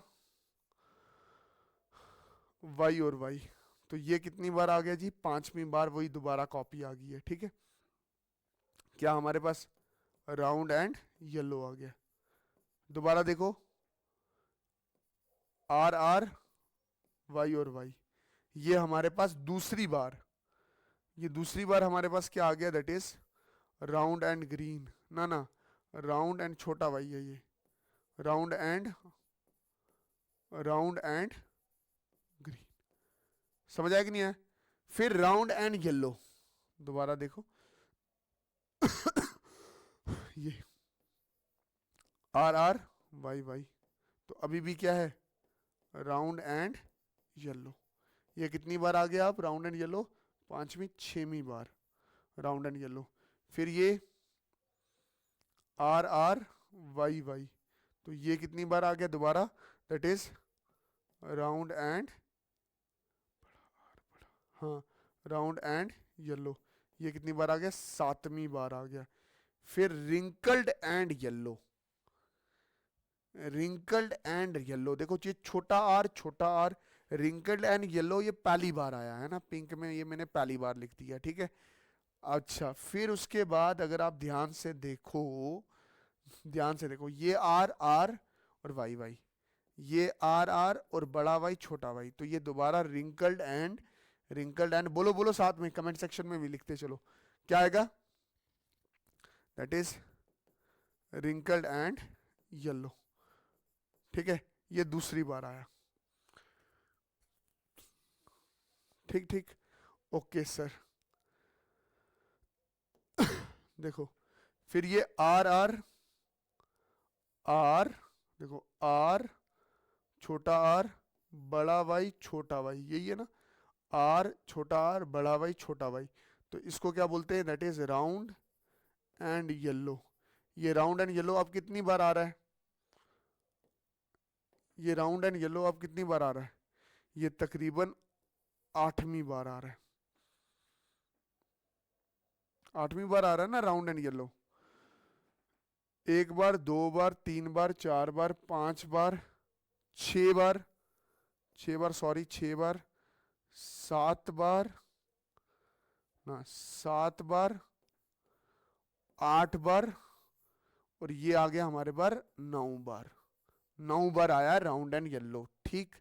उसके बाद जो मैं करना चाहता हूं उसको ध्यान में रखना, राउंड एंड येलो 9 बार आया है। ग्रीन में देख लो, 1 बार राउंड एंड येलो, 1 बार, 2 मिनट देखें, मैं दोबारा गिना देता हूं कितनी बार, 1 बार, 2 बार, 3 बार, 4 बार, 5 बार, 6 बार, है ना, ऐसे ही हुआ ना, 6 बार, 7 बार, 8 बार, 9 बार, ठीक।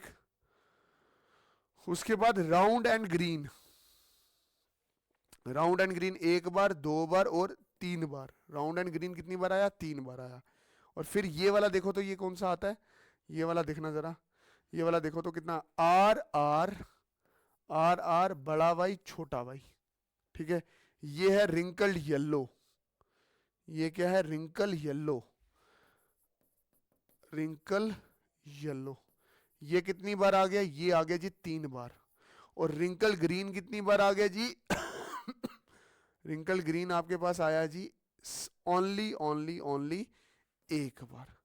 तो अगर आप ध्यान से देखो, 9:3:3:1 का रेशियो बनता है। टोटल F2 में कितने बच्चे पैदा होंगे, 16 बच्चे, जिनमें से राउंड क्या 9 क्या होंगे, 9 होंगे राउंड एंड येलो, 2 क्या होंगे, 3 क्या होंगे राउंड, येलो नहीं होके, येलो ना होके क्या होंगे, राउंड एंड ग्रीन, और 3 क्या होंगे रिंकल्ड, रिंकल्ड एंड येलो, और एक आपका बच्चा क्या होगा, रिंकल एंड ग्रीन। ये जो दो बीच में आ गए ना F2 में, ये वाले दो, ये इसी चीज को समझाते हैं कि जहां राउंड वहां जरूरी नहीं है ग्रीन जाए, और जहां रिंकल वहां जरूरी नहीं है, जहां राउंड वहां जरूरी नहीं है येलो जाए, और जहां रिंकल है वहां जरूरी नहीं है कि ग्रीन जाए। बीच में वेरिएशन आ सकती है। एक जीन हमेशा दूसरे जीन के इंडिपेंडेंट होगा, एक करेक्टर हमेशा दूसरे जीन के दूसरे करेक्टर के इंडिपेंडेंट होगा। वही चीज इधर लिखी है, गौर से देख लेना। उसके बाद है डेविएशन फ्रॉम मेंडलिज्म। ये जितने भी मैंने लॉज आपको करवाए हैं, ये सारे यूनिवर्सल नहीं है, सिर्फ एक ही लॉ यूनिवर्सल है। मतलब सारे के सारे यूनिवर्सल नहीं है, सारे हर जगह नहीं लगते, बट मेंडल ने जेनेटिक्स की नींव रखी है इस चीज को समझना।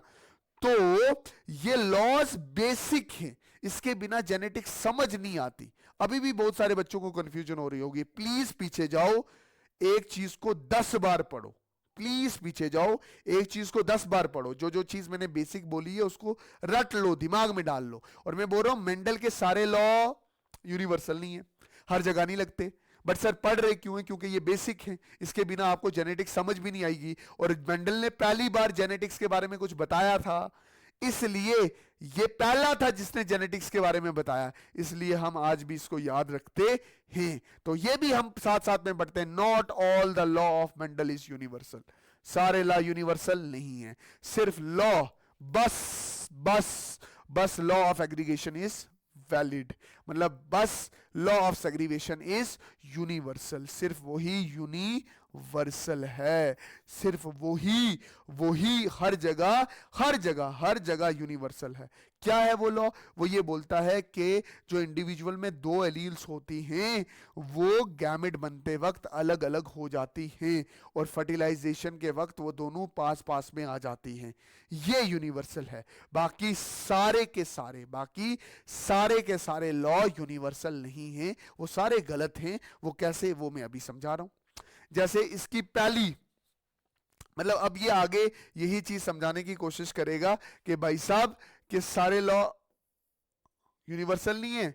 क्यों नहीं है, क्योंकि इनकम्प्लीट डोमिनेंस भी देखी जाती है। मेंडल क्या बोलता था, हेटेरोजाइगस कंडीशन में एक डोमिनेंस होगा, दूसरा रिसेसिव होगा, बट कुछ केसेस ऐसे हैं, जैसे 4 o'clock प्लांट है जिसको मिराबिलिस जलापा भी बोलते हैं।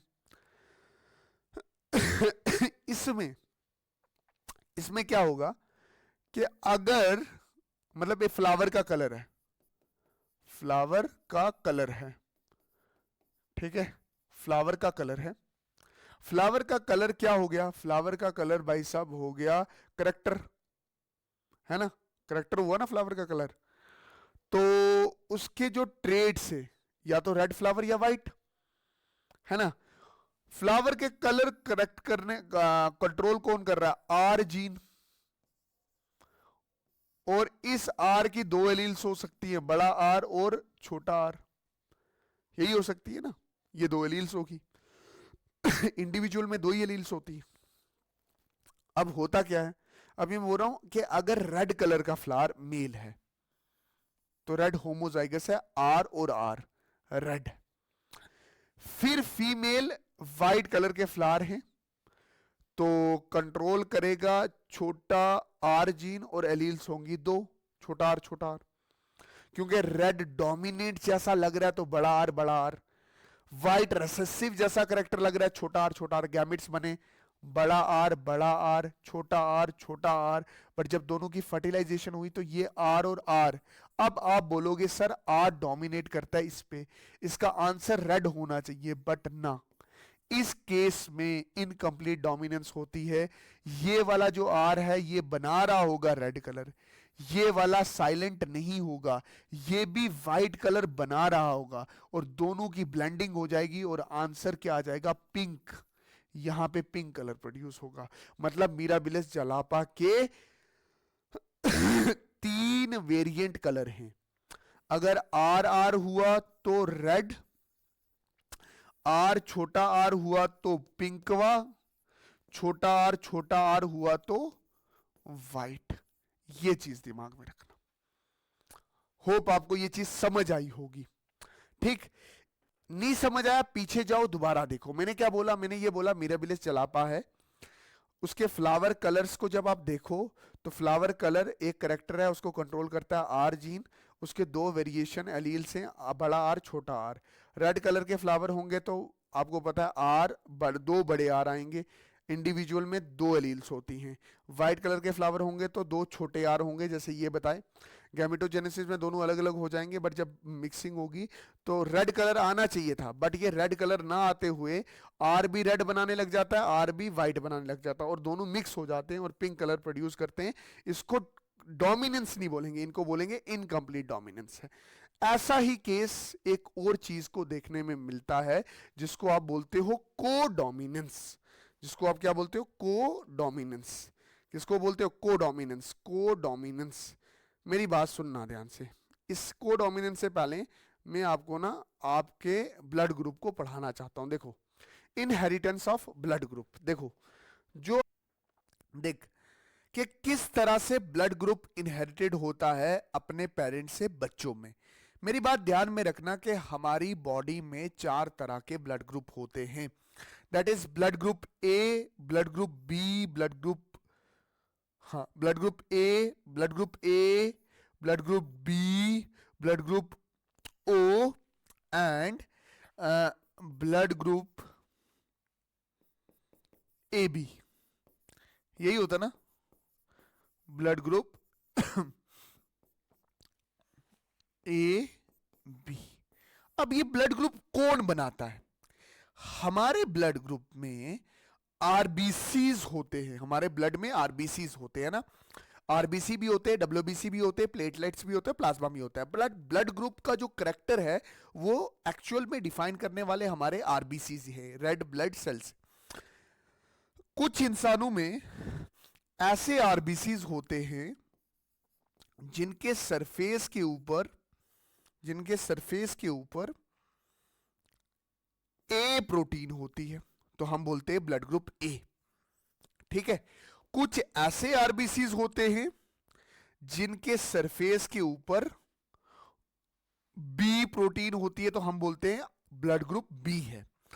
और कुछ ऐसे आरबीसीज होते हैं जिनके जिनके सरफेस के ऊपर कोई प्रोटीन नहीं होती, नील प्रोटीन होती है, तो वो होते हैं ब्लड ग्रुप ओ। ओ मतलब जीरो, मतलब नील। और कुछ होते हैं ब्लड ग्रुप ए बी वाले जिनमें प्रोटीन दोनों तरह की होती है। ठीक है, ये हमारा थोड़ा बहुत आरबीसी के बारे में था जो आपको बताना था। ठीक है, मतलब आर ब्लड ग्रुप डिफाइन करने वाला हमारा आरबीसी है। मैं बोल रहा हूं in humans blood group is control bye gene I, I gene होती है। हालांकि मेंडल ने कहा था एक जीन के दो एलील्स होते हैं, बट यहां पे ऐसा नहीं होता। Gene I do not have two alleles but three alleles in a population. Population में कितने एलील्स होंगे? तीन एलील होंगे, I A, I B and I. I A, I B and छोटा आई, कितने एलील है? तीन। देख, अगर कहीं आई ए और छोटा आई है तो मतलब ब्लड ग्रुप ए होगा, आरबीसी पे ए प्रोटीन होगी। आई ए होगा, ब्लड ग्रुप ए होगा, आरबीसी पे ए प्रोटीन होगी। आई बी छोटा आई होगा, ब्लड ग्रुप बी होगा, आरबीसी पे बी प्रोटीन होगी। आई ए होगा तो ब्लड ग्रुप बी होगा, आरबीसी पे बी प्रोटीन होगी। छोटा आई होगा, ब्लड ग्रुप जीरो होगा या ओ होगा, दैट इज आरबीसी के ऊपर कोई प्रोटीन नहीं होगी। आई ए आई बी दोनों एलील हैं, ब्लड ग्रुप पे दोनों प्रोटीन्स होगी, ए प्रोटीन भी होगी और बी प्रोटीन भी होगी। आरबीसी पे दोनों प्रोटीन होगी, ए प्रोटीन भी होगी और बी प्रोटीन भी होगी। सर यहां पे कुछ मुझे गड़बड़ लग रहा है आई ए और आई बी में, तो इसी ब्लड ग्रुप को बोलते हैं ए बी ब्लड ग्रुप। और ये आगे चल के बताओगे कि ये भाई साहब ये कोडोमिनेंस है। ये क्या है? कोडोमिनेंस, आगे चल के। बट अभी के लिए मैं समझाना आपको ये चाहता हूं कि जो मेंडल ने ये कहा था ना कि भाई साहब एक जीन के दो एलील्स होंगे ना, एक जीन के सॉरी एक जीन के पॉपुलेशन में दो से ज्यादा एलील हो सकते हैं। जैसे मतलब आई ए डोमिनेट करता छोटे आई पे, तभी तो ब्लड ग्रुप ए है। आई ए होगा तो ब्लड ग्रुप ए ही होगा। आई बी डोमिनेट करेगा छोटे आई पे तो ब्लड ग्रुप बी होगा। आई बी होगा तो ब्लड ग्रुप बी होगा। छोटा आई रेसेसिव है तो कोई भी प्रोटीन नहीं बन रही है आरबीसी पे, तो जीरो या ओ ब्लड ग्रुप। आई बी मतलब आई ए भी काम कर रहा है, आई बी भी काम कर रहा है, मतलब दोनों डोमिनेंट हैं, दोनों एक साथ काम कर रहे हैं, दोनों की प्रोटीन बन रही है। समझ है कि नहीं? अब इनहेरिटेंस क्या होता है? मान के चल कि कोई मेल है या बशीर साहब है आपके, उसका ब्लड ग्रुप क्या है? बी ब्लड ग्रुप है, तो I B is dominant over I. Individual में दो एलील्स होंगी, और फीमेल है दैट इज नाजिया जी, तो इनका ब्लड ग्रुप क्या है? That is a. मैं इनकी शादी करवाता हूं, शादी करवाई, क्रॉस मतलब शादी, मैरिज, हनीमून, स्वागरात, डन। इधर होगी गैमेटोजेनेसिस, ये आ गया आई बी और ये हो गया छोटा आई, ये क्या होगा? आई ए और ये आ गया छोटी आई। तो ये इसके गैमेट बने। गैमेट में एक एक एलील होता है, आपको पता है आई बी और आई होगा, आई ए और छोटा आई होगा। अब जब इनको क्रॉस करवाएंगे तो ये क्या बना? आई ए आई बी, ये दोनों एक दूसरे को डोमिनेट नहीं कर सकते, ठीक है? तो ब्लड ग्रुप आपका यहाँ पे ए बी देखने को मिलेगा। यहाँ पे क्या देखने को मिलेगा? That is I B I. ये आई बी डोमिनेट करता है आई के ऊपर, तो ब्लड ग्रुप क्या बनेगा? बी। ये क्या बनेगा? आई ए और आई, ब्लड ग्रुप क्या बनेगा? ए बनेगा।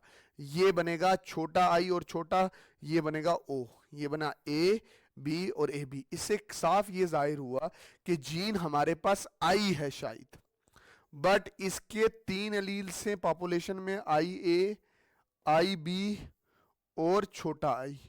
ये छोटा आई रिसेसिव है, ये दोनों डोमिनेंट हैं, ठीक है? अगर ये इसके साथ होगा तो ये डोमिनेट करेगा, ये इसके साथ होगा तो बी वाला डोमिनेट करेगा। दोनों अगर साथ में होंगे तो ये दोनों को डोमिनेंस करते हैं।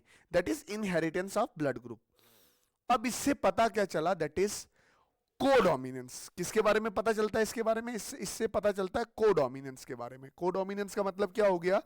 इन heterozygous condition when two alleles do not dominate the other allele, मतलब जब एक एलील दोनों के ऊपर डोमिनेंट ना हो। जैसे भी अभी मैंने आपको समझाया कि भाई साहब हमारे पास है ब्लड ग्रुप कितने? 4 है ना। आरबीसी के ऊपर अगर ए प्रोटीन है तो ए ब्लड ग्रुप, बी प्रोटीन है तो बी ब्लड ग्रुप, और अगर ए बी दोनों है तो दैट इज आरबीसी के ऊपर तो हम बोलेंगे ए बी ब्लड ग्रुप, और कोई प्रोटीन नहीं है आरबीसी के ऊपर तो हम बोलेंगे जीरो या ओ ब्लड ग्रुप। ठीक, अब देख ए ब्लड ग्रुप के लिए या तो आई ए छोटा आई हो सकता है, या दोनों छोटे आई ए हो सकते हैं, दोनों बड़े आई ए बड़े आई ए हो सकते हैं। बी के लिए बड़ा बी और छोटा आई हो सकता है, और बड़ा बी और बड़ा बी आई बड़ा बी हो सकता है। ठीक है, और आपको पता है आई बी डोमिनेट करता है छोटे आई पे, आई ए डोमिनेट करता है छोटी आई पे। ठीक है, इतनी बात आपको मैंने बताई। और आई ये वाला जो केस है, ये वाला जो केस है ए बी वाला, इसमें I A allele I B allele दोनों इकट्ठे हो जाते हैं, और ये दोनों एलील्स प्रोटीन बनाते हैं ए और बी।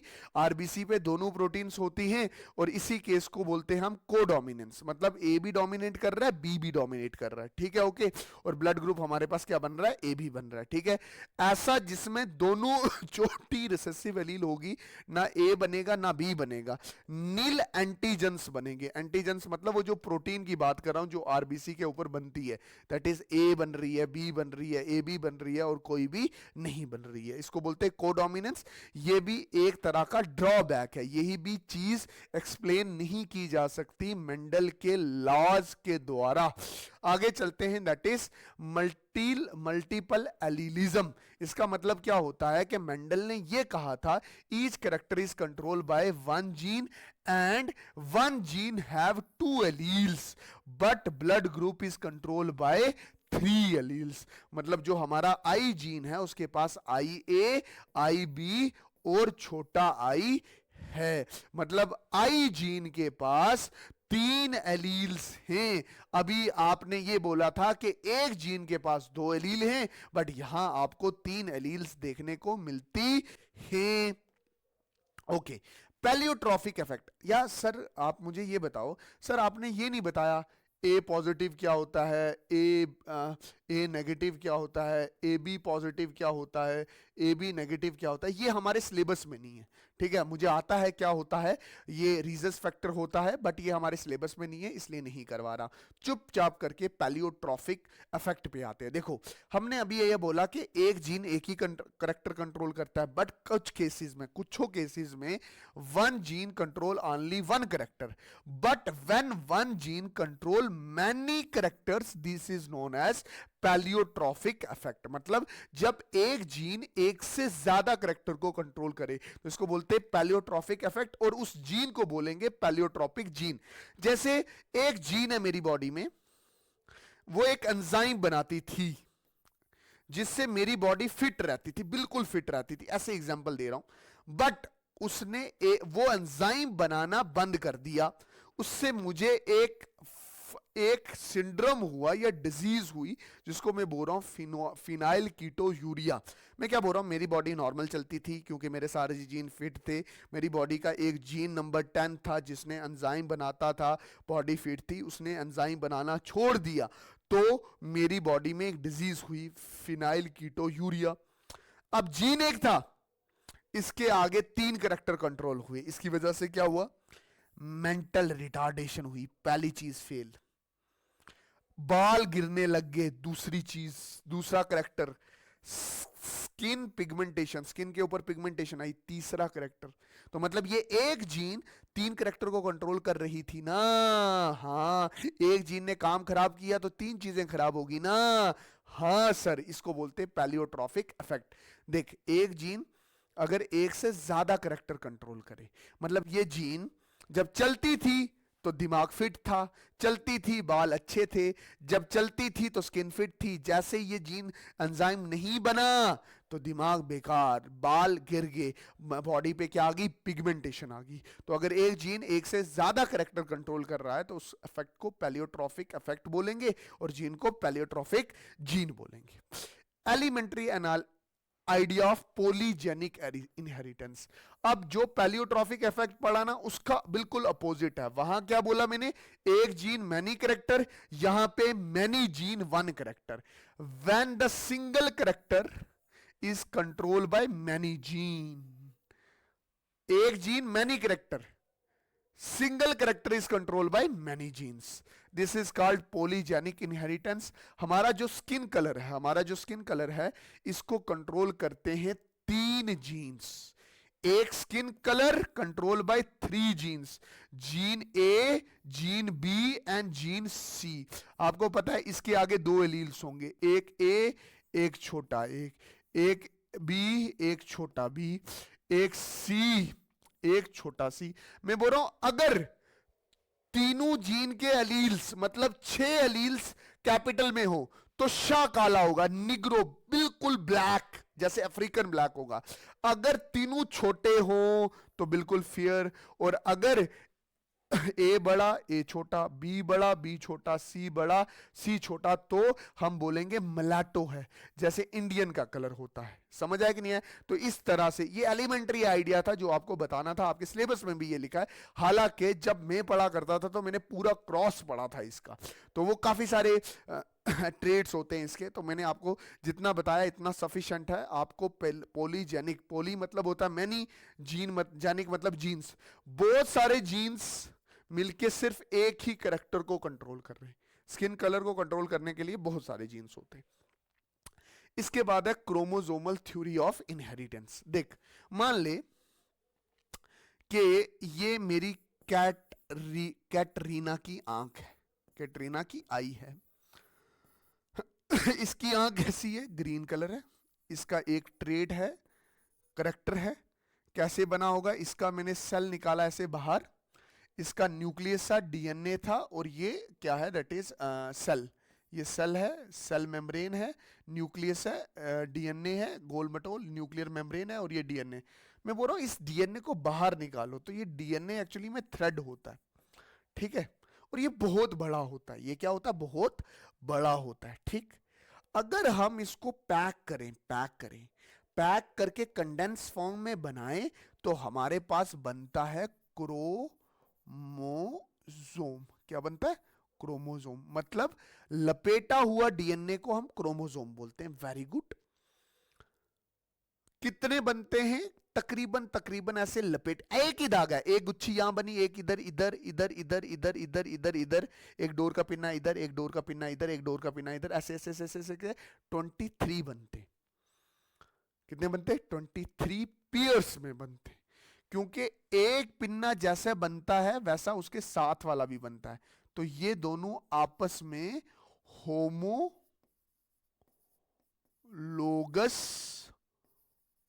क्रोमोसोम्स हुए। मतलब कुल मिला के ये जो डोर होती है ये 46 क्रोमोसोम बनाती है, जिनमें दो दो का सेट होता है, 23 पेयर्स होते हैं। समझ आया कि नहीं आया?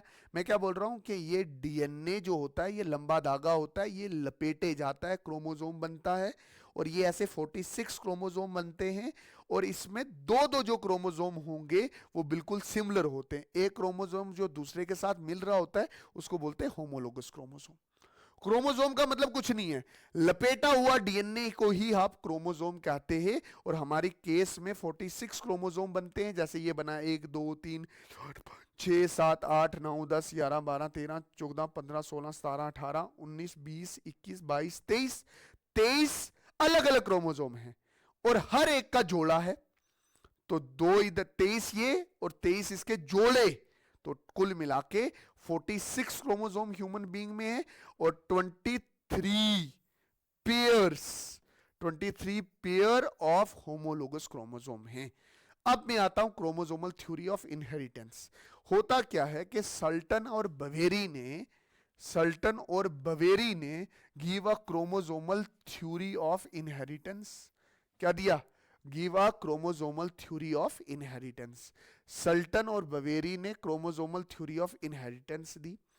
उसने ये कहा gene are arrange on a chromosome. Same बात है कि अगर जीन डीएनए पे होता है और डीएनए प्लेटे जाता है तो क्रोमोसोम बनता है, तो जीन कहां पे होगे? क्रोमोसोम पे होगे। सही बात बोली। बोलता है just like gene have 2 alleles, जैसे जीन के पास 2 एलील्स होते हैं, chromosome also have it's homologous chromosome. मतलब अगर एक क्रोमोसोम हमारी बॉडी में बना है तो इसका सिमिलर क्रोमोसोम भी बनेगा, ठीक है। तो homologous chromosome segregate eight the time of gametogenesis. दो जो सेट ऑफ क्रोमोसोम होते हैं गैमेटोजेनेसिस के दौरान अलग अलग हो जाते हैं। मतलब मेरी बॉडी के सेल में 46 क्रोमोसोम है, बट जब मैं गैमेट में जाऊंगा तो वो अलग अलग हो जाएंगे। एक स्पर्म में 23 क्रोमोसोम ही बचेंगे।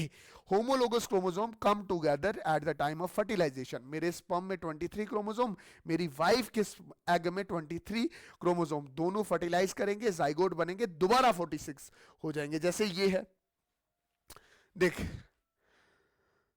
जैसे दो एलील्स होते हैं वैसे दो क्रोमोसोम होते हैं, दो क्रोमोसोम होते हैं। गैमेटोजेनेसिस के दौरान होमोलोगस क्रोमोसोम क्या होंगे, अलग अलग हो जाएंगे, और फर्टिलाइजेशन के दौरान दोबारा इकट्ठे आ जाएंगे। अब देख, होमोलोगस क्रोमोसोम का मतलब हो गया जैसे जीन, देख होमोलोगस क्रोमोसोम में जब बोलता हूं ना होमोलोगस क्रोमोसोम, तो मैं बोल रहा हूं जैसा एक क्रोमोसोम वैसा दूसरा क्रोमोसोम। मतलब अगर पहली पोजीशन पे स्किन कलर का जीन दिया हुआ है तो दूसरे इसकी पहली पोजीशन पे भी स्किन कलर का जीन दिया होगा। इधर अगर हाइट का जीन है तो इधर भी हाइट का जीन होगा। इधर अगर आई कलर का जीन है तो इधर भी आई कलर का जीन होगा। इधर अगर बॉडी हेयर का जीन है तो इधर भी बॉडी हेयर का ही जीन होगा। मतलब जैसा ये क्रोमोसोम है वैसा दूसरा क्रोमोसोम होगा, डिट्टो कॉपी। और हमारे केस में 23 क्रोमोसोम होते हैं और 23 उसकी कॉपीज होती हैं जो एक दूसरे के होमोलोगस होते हैं। अब मेरी बात ध्यान से समझना, देखो इसके बाद आता है लिंकेज ग्रुप। लिंकेज ग्रुप का मतलब होता है the group of gene arrange on a single chromosome is called linkage group. मतलब वो सारे जीन जो एक क्रोमोसोम पे आ जाते हैं उन सबको हम लिंकेज ग्रुप में डाला जाता है। मतलब ये आ गया जी हमारा आई कलर, ये हमारा आ गया हाइट, ये हमारा आया ब्लड ग्रुप, ये हमारा आ गई स्मार्टनेस, ये सारे एक ही, ये सारे जीन एक ही क्रोमोसोम पे हैं, तो ये सारा क्या बन गया, लिंकेज ग्रुप। और हर एक जीन को मैंने क्या बोल दिया, दैट इज लिंक्ड जीन। हर एक को क्या बोला गया, दैट इज लिंक्ड जीन बोला गया। अब मेंडल ने लॉ ऑफ इंडिपेंडेंट असॉर्टमेंट में क्या कहा था, ये कहा था कि भाई एक जीन का दूसरे जीन के साथ कोई लेना देना नहीं है। बट मेरे बच्चे सुन मेरी बात, मैंने अभी क्या बोला कि जहां एक क्रोमोसोम जाएगा, जहां मान ले क्रोमोसोम एक कश्ती है, उसके ऊपर हर एक मतलब हर एक चीज रखी हुई जीन्स है, तो जहां वो क्रोमोसोम जाएगा तो उसके ऊपर जो जीन्स है वो सारी जाएंगी ना। तो मतलब एक जीन का दूसरे जीन से लेना देना होता है। मेरी बात ध्यान से समझ, मैं बोल रहा हूं कि भाई साहब ये मेरे पास मेरी बॉडी के दो क्रोमोसोम हैं, ठीक है। मैं बोल रहा हूं यहां पे स्किन कलर है और साथ में आई कलर है, ये skin colour and I colour. तो जब ये सेग्रीगेट होंगे, तो जब ये होमोलोगस क्रोमोसोम सेग्रीगेट हुए ना, स्किन कलर और आई कलर की जीन थोड़ी सेग्रीगेट की है, यहां पे भी स्किन कलर और आई कलर, यहां पे भी स्किन कलर और आई कलर। तो एक जीन दूसरे जीन के साथ ही गई ना, तो एक जीन का दूसरे जीन के साथ लेना देना हुआ ना, तो यहां पे भी law of independent assortment fail हो जाता है। लॉ ऑफ इंडिपेंडेंट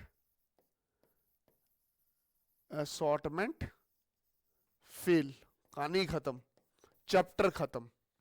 ठीक है, नोट्स कहां मिलेंगे, डिस्क्रिप्शन में टेलीग्राम में डाल दूंगा, बहुत अच्छे से प्रिपेयर करना। अगला जो लेक्चर आएगा वो किस पे आएगा, फिजिक्स का लेक्चर होगा, दैट इज इलेक्ट्रोमैग्नेटिक इंडक्शन, कल पढ़ेगा वो लेक्चर। और प्लीज अगर ये चैप्टर समझ नहीं आया है दोबारा इस चैप्टर को देखना, अच्छे से बेसिक है, इसके बिना आपको नेक्स्ट जेनेटिक्स का जोलॉजी वाला लेक्चर समझ नहीं आने वाला, ठीक। बाकी अगर वीडियो अच्छी लगी हो कमेंट सेक्शन में कमेंट्स कर देना, नीचे जो ये बटन सब्सक्राइब वाला दिख रहा है वो सब्सक्राइब कर दो। आज आपने यूट्यूब पे एक नई चीज़ देखी होगी कि वो जो लाइन चलती है ना, वो जिससे वीडियो आगे चलती है वो येलो कलर की होगी है, उसी खुशी में सब्सक्राइब भी कर दो। बाकी सब्सक्राइब ना भी करोगे तब भी अल्लाह ताला रिज़्क दे रहा है, ठीक है। मिन्नतें तो मेरी आपसे होती नहीं है, मैं नहीं बोलूँगा कि प्लीज़ प्लीज़ सब्सक्राइब कर दो, मैं मर जाऊँगा। भाई साहब कंटेंट इतना अच्छा दे रहा हूँ तो आपका सब्सक्राइब करना बनता है, ठीक है। बाकी मिलते हैं किसी और नई वीडियो में, तब तक के लिए अल्लाह हाफिज़, अल्लाह रखा, शुभ रात्रि, जय हिंद, वंदे मातरम। तो देख लो टाइम, देख लो 3 बज गए। जय हिंद।